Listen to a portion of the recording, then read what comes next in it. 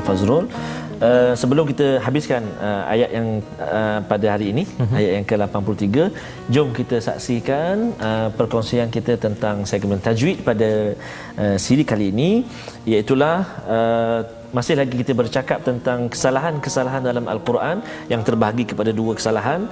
Pertama kita panggil lahnul jali, kesalahan yang besar ataupun kesalahan yang nyata, dan yang kedua lahnul khafi, iaitu kesalahan yang kecil ataupun kesalahan yang tersembunyi. Dan yang kita nak sentuh hari ini masih lagi berada dalam lingkungan kesalahan yang besar ataupun lahnul jali, iaitu apa dia? Tertukar baris yang boleh mengubah makna. Apa itu? Tertukar baris yang boleh mengubah makna. Seperti mana? Betul. Seperti menukar baris fathah kepada baris dhammah, baris atas kepada baris depan pada kalimah dalam surah Al-Fatihah, pada kalimah an'amta ditukar kepada baris depan, an'amtu. Masya-Allah. Jauh Ini betul. jauh Ustaz. Maksudnya itu dah merubah baris. Betul. Dalam masa yang sama dia boleh membawa kepada berubahnya makna. Kita bacakan, iya maliki yaumiddin, iyyaka na'budu wa iyyaka nasta'in, ihdinas siratal mustaqim, siratal ladzina tu kan, siratal ladzina an'amta alaihim. Sepatutnya tiba-tiba kita baca siratal ladzina an'amtu alaihim. Kan, sebab kalau maksud ayat dia tu jalan yang engkau dekat situ beri nikmat. Engkau kembali kepada Allah Subhanahu Taala. Tiba-tiba kita tukar tu, jalan yang aku beri nikmat. Allah hebatnya awak. Nikmat betul tu. Kan? Itu bahaya tuan-tuan dan puan-puan. Itu contoh pada kalimah itu saja, an'amta tu. Banyak lagi, maksudnya pada tempat-tempat yang lain kita berubah baris, maka itu satu kesalahan yang besar dalam bacaan Al-Quran. Mengubah makna, mengubah makna lagi. Itu dipanggil juga kesalahan yang nyata tu. Sebab apa? Sebab apabila kita salah baris, orang-orang awam ataupun kita semua mudah kesan. Hatta barangkali anak-anak kita pun boleh kesan kesalahan itu. Itu antara sebabnya dipanggil kesalahan yang nyata, yang jelas maksudnya. Jadi termasuk dalam kesalahan yang besar. So kita kena hati-hati dalam bacaan kita. Kita kena perhatikan betul-betul barisnya. Kalau baris atas baca atas, depan yang depan, bawah. Jangan kita sekali-kali kita menukar baris ayat yang kita baca itu, Ustaz. Dalam surah Fazrul, tuan-tuan dan puan-puan muslimin dan muslimat, sahabat-sahabat Al-Quran yang dikasihi oleh Allah Subhanahu Taala sekalian, hari ini kita beralih ke bahagian tajwid, tapi masih lagi dalam tajuk besar kita, iaitu lahnul jali, kesalahan besar, kesalahan yang besar ataupun kesalahan yang nyata. Yang maksudnya kesalahan nyata ni maksudnya orang-orang awam pun dia boleh kesan, even anak-anak kita sendiri pun boleh kesan, tadi kan abah baca salah baris lah maksudnya. Itu yang kita kongsi sebelum ni, tersilap baris. Yang hari ini kita nak bincangkan, boleh perhatikan di kaca TV kita, iaitulah kita nak berkongsi kesalahan besar yang seterusnya, iaitulah salah bacaan panjang pendek. Maksudnya tempat yang panjang kita baca pendek, tempat yang pendek kita baca panjang. Kenapa? Kerana dia boleh menyebabkan berubah makna. Contoh pada ayat innallaha la yuhibbul kafirin. Innallaha la yuhibbu tu, la tu kita baca dengan dua harakat panjang, dibaca panjang. Sesungguhnya Allah tidak menyukai orang-orang kafir, la yuhibbul kafirin. Tetapi tiba-tiba kita baca dengan pendek, innallaha la yuhibbul kafirin. Masya-Allah. Kenapa? Kerana makna dia kalau yang tu dia boleh jadi sesungguhnya Allah sangat menyukai orang-orang yang kafir. Tengok tuan-tuan dan puan-puan, innallaha la yuhibbul kafirin, innallaha la yuhibbul kafirin. So jauh dia punya jauh sangat Ustaz. Makna sebelum ni kalau kita kongsi an'amta dengan an'amtu, itu baris. Yang ni panjang pendek dia, boleh menyebabkan berubah makna. So antara itu kesalahan yang besarlah, lahnul jali dalam bacaan, kita kena elakkan tuan-tuan dan puan-puan, sahabat-sahabat sekalian, insya-Allah. Baik. Juga untuk komponen tajwid yang ingin kita kongsikan pada hari ini, iaitulah masih lagi berada dalam package ataupun masih lagi dalam tajuk lahnul jalis, kesalahan besar. Ada banyak kesalahan besar, dan hari ini kita nak kongsikan kesalahan besar tu berhenti ataupun menyambung memulakan bacaan kita, salah waqaf ataupun ibtida', yakni berhenti atau mula bacaan. Contohnya berhenti pada lafaz la, pada kalimah atau pada ayat ya ayyuhallazina amanu la, berhenti kat situ kan, ataupun berhenti kat situ, ambil terus taqrabus salata wa antum sukara. Sebab apa? Sebab makna dia. Contoh, wahai orang-orang yang beriman, jangan apa kan. Lepas tu tiba-tiba dekatlah solat ataupun dirikanlah solat ataupun hampirlah solat ketika kamu sedang mabuk. Contoh. Jadi memang lari sangat makna dia, Ustaz. Lari sangat maknanya. Mana tahu tuan-tuan, kadang-kadang kita tengah baca Quran, tiba-tiba ada panggilan masuk ke, kita angkat telefon. Assalamualaikum. Masa tu kita tengah baca ya ayyuhallazina amanu la hello. Assalamualaikum. Apa khabar semua? Insya-Allah boleh. Tiba-tiba terus taqrabus salata wa antum sukara, contoh. Kan, ataupun kalau contoh tu wa antum, betul lah, jangan kamu hampiri, ayat dia wahai orang yang beriman, jangan kamu hampiri solat ketika kamu sedang mabuk. Jadi kita berhenti, jangan kamu, ataupun kita berhenti ya ayyuhallazina amanu la taqrabus salah, wahai orang-orang yang beriman, jangan hampiri solat ataupun jangan kamu solat.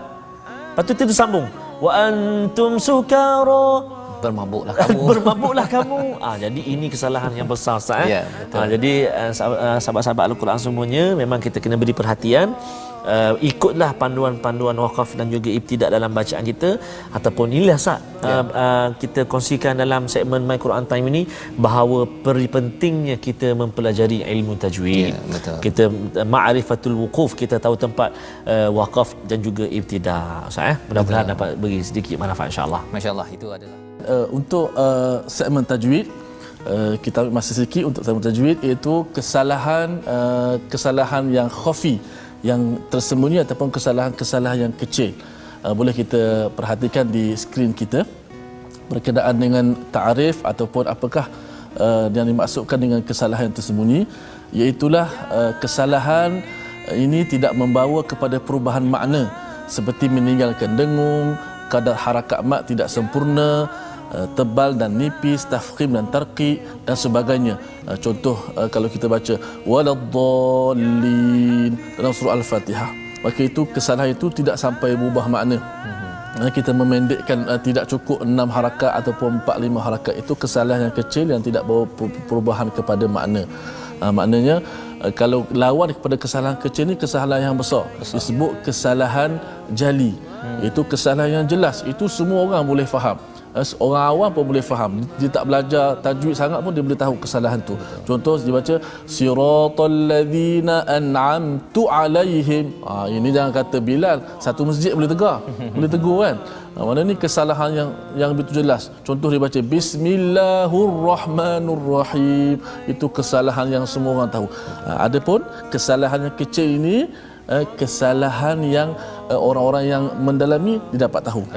Seperti dia baca anta maulana, dia meninggalkan dengung pada kalimah nun yang mati bertemu dengan ta. Maka kesalahan ini tidaklah sampai bermakna, walau macam mana pun sangat afdal kalau ia ditinggalkan. Kesalahan ini juga berkaitan dengan talaqi musyafahah, bagaimana kita mengambil ilmu Al-Quran tersebut supaya kita dapat membaca Al-Quran dengan baik. Kerana tidak syak lagi bila kita baca Al-Quran, kita mungkin terdedah dengan kesilapan. Maklumlah kita manusia biasa yang tidak lepas daripada kesilapan, tetapi sebaik-baik kesilapan tu kita belajar untuk memperbaiki. Alhamdulillah, My Quran Time kita ambil sedikit, mencuri masa sedikit Ustaz, untuk nak sebut tentang sedikit tentang ilmu tajwid. Mudah-mudahan dapat meningkatkan lagi, insya-Allah. Alhamdulillah. Tapi hari Sabtu tu kita ulang kaji betul. Kita bagi kita baca semua sebahagian besarnya. Baiklah, untuk segmen tajwid kita mengambil masa sedikit untuk mempelajari ilmu tajwid. Dan hari ini kita masih lagi membicarakan tentang kesalahan baca Al-Quran yang terbagi pada dua. Kita dah jelas kesalahan jali ataupun lahan. Kesalahan dalam ilmu tajwid disebut lahan. Lahanun jali, kesalahan yang jelas. Dan kita masih lagi membicarakan tentang kesalahan yang khafi, iaitu kesalahan yang kecil. Okey. iaitu kesalahan contoh-contoh kesalahan khafi ialah antaranya menambahkan ataupun mengurangkan kadar bacaan mat pada satu bacaan. Itu termasuk dalam kadar ataupun kesalahan yang kecil. Contoh minas samaa'i maa'a dibaca 4 ataupun 5 harakat. Walau dhallin dibaca 6 harakat. Kalau orang membacanya dengan 2 ataupun 3 harakat, ia tidaklah sampai mengubah makna. Dia tak melubahkan lafaz tersebut, maknanya kesalahan-kesalahan yang kecil. Tapi kalau dielakkan, ditinggalkan, maka lebih afdal, maka lebih baiklah, kerana tak sama orang yang berusaha membacanya seperti mana ia diturunkan. Ulama letakkan kaedah-kaedahnya. Kita baca minas samaa'i maa'a, walaupun nampak pada logik akalnya lah kurang sikit je, 1 harakat je, 2 harakat, tapi tak sama. Kita belajar untuk menyebut kalamullah dengan sempurna sebagaimana ia diturunkan, tak sama dengan orang yang baca mungkin dia sebab tak belajar dia baca 2 ataupun 3 harakat. Ia tidak berubah makna kerana ia kesalahan yang tersembunyi, yang kecil, tapi makam tak sama. Guru saya pernah sebut dulu, orang yang baca panjang berusaha untuk memanjangkan suara itu kalamullah, takkan sama pahala dengan orang-orang yang membacanya dengan tidak sampai harakat-harakatnya. Dari sudut akalnya, logiknya begitu. Maka ia termasuk sebagai kesalahan yang khafi, kesalahan yang kecil, tidak berubah makna, tidak berubah lafaz. Itu contoh-contoh pada hari ini. Saya baik, alhamdulillah kita ingin dikongsikan pada hari ini. Semalam kita dah belajar tentang lahnul khafi ataupun kesalahan kecil ataupun sembunyi, tentang menambah huruf ataupun menambah kadar bacaan. Semalam. Hari ini kita nak tengok ada 2, perhatikan betul-betul. Yang pertama, menambah atau mengurangkan kadar dengung atau gunnah. Berperhatikan dekat kaca TV kita, perhatikan ayat 2 kalimah pada ayat yang ke-114, iaitulah kalimah mimman mana'a. Mimman mana'a, permulaan ayat 114 tu kan, mimman mana'a, maksudnya mengurangkan dengung kadar dia. Contoh dia baca laju, mimman mana'a, salah ataupun lama sangat, mim Allah. Itu bukan setakat 2 harakat, 2 rakaat tu. Sebab kadar dia 2 harakat, jangan lebih dan jangan kurang. Satu lagi pada ikhfa hakiki, contoh pada ayat yang ke-117, fa in amran fa innama, kalimah amran fa innama, amran fa, itu ikhfa hakiki, kena dengung. Amran fa, 2 harakat, maksudnya jangan kita lambat atau jangan kita tercepat. 1. Kemudian yang keempat, kesalahan yang tersembunyi, membaca dengung bacaan izhar ataupun sebaliknya. Contoh pada ayat 114 lagi, pada kalimah permulaan kalimah ataupun permulaan ayat 114, wa man azlama, kat situ nun mati bertemu dengan hamzah, hukum dia izhar halqi, tak boleh dengung, tiba-tiba kita baca dengung, wa man azlama, salah. Jadi itu kesalahan antaranya. Dan juga satu lagi pada kalimah lahum fid dunya, juga ayat 114, lahum fid dunya tu mim mati bertemu dengan fa, izhar syafawi, jadi kita tak boleh dengung kat situ. Lahum fi, salah. Maknanya kita kena jelaskan bacaan kita, lahum fid dunya. Jadi itulah 2 kesalahan yang kita boleh kongsikan pada hari ini. Lahnul khafi, iaitu menambah atau mengurangkan kadar dengung atau gunnah, dan yang kedua, membaca dengung bacaan izhar ataupun membaca tak dengung pada yang tempat yang dengung. Jadi tuan-tuan dan puan-puan, para sahabat Al-Quran semuanya, mudah-mudahan dapat beri manfaat. Tuan-tuan dan puan-puan sahabat Al-Quran yang mungkin ada mushaf tu Ustaz depan tu, mungkin boleh ambil pensel tanda sikit lah dekat mana kalimah tu. Sebab yang kita baca tadi tu, contoh tajwid ni memang berada pada ayat yang kita baca hari ini. Mudah-mudahan kalau tak sempat boleh tengok lagi ulangan ataupun berkongsi dekat laman tadi kita yang sharekan, platform kita Facebook. Ada YouTube, ada FB, ada Instagram. Terima kasih Ustaz. Lah berkongsi tentang kalimah. Sekarang ni jom kita tengok pula ulang kaji kita hari ini ataupun ilmu tajwid kita pada hari ini yang kita ingin kongsikan, iaitu masih lagi dalam kesalahan khafi, lahnul khafi ataupun kesalahan yang tersembunyi. Iaitulah yang kita ingin fokuskan. Tuan-tuan dan puan-puan sahabat Al-Quran semua, sila perhatikan ayat 122 yang saya bacakan tadi. Ayat 122, iaitu pada kalimah Israel. Itu apa dia? Membaca nipis huruf ra pada tempat yang sepatutnya dibaca tebal. Baca nipis. Contoh kan, ya bani Israel, Israel. Contoh. Kan? Dia baca nipis, sepatutnya tebal. Itu kesalahan kecil. Ataupun Ustaz, satu lagi kalimah pada ayat 124, Ibrahim, kan, wa idzi batala Ibrahim. Jadi kita baca wa idzi batala Ibrahim, tipis. Jadi itu termasuk dalam kesalahan yang kecil. Macam contoh kalimah razaqana ke razaqana kita baca. Kan, jadi kita menipiskan bunyi ataupun sebutan huruf ra tu sepatutnya tebal. Kalau banyak lagi perincian dalam huruf ra. Ini ra yang berbaris. Kalau ra yang sukun ataupun mati pula, kena tengok huruf sebelumnya. Contoh Tarmizi. Ra yang mati kan. Kena tengok sebelum huruf ra tu baris apa. Kalau baris atas ta, kena baca tebal sikit ra. Tarmizi. Maryam. Okey, boleh tak? Maryam contoh. Ya. Okey, so itulah perkongsian ilmu tajwid kita. Kalau Tirmizi tipis lah. Tirmizi. Jadi kalau yang salahnya ialah macam mana? Macam mana Ustaz? Baca Tirmizi tapi cara salah macam Cara mana? salah baca tebal. Tirmizi salah. Subhanallah. Itu. Salah. Itu Kalau jadi. saya pula baca tipis. Tipis lah. Tapi dia hanya kesalahan kecil lah. Maksudnya orang yang guru-guru tajwid dia pasal, oh ini tipis ni roh awak ni. Maksudnya macam tu. Jadi itulah perkongsian tajwid kita, insyaAllah. Contoh satu lagi Ustaz, satu lagi. Kita mencuri ruang sedikit, ambil masa berkenaan dengan kategori-kategori pembaca Al-Quran. Kategori-kategori pembaca Al-Quran boleh kita saksikan di skrin kita ini, iaitu 3 kategori pembaca Al-Quran. Hari ini kita ambil satu dulu. Yang pertama disebut sebagai muhsinun ma'jur, iaitu orang yang membaca Al-Quran bertepatan dengan hukum tajwid.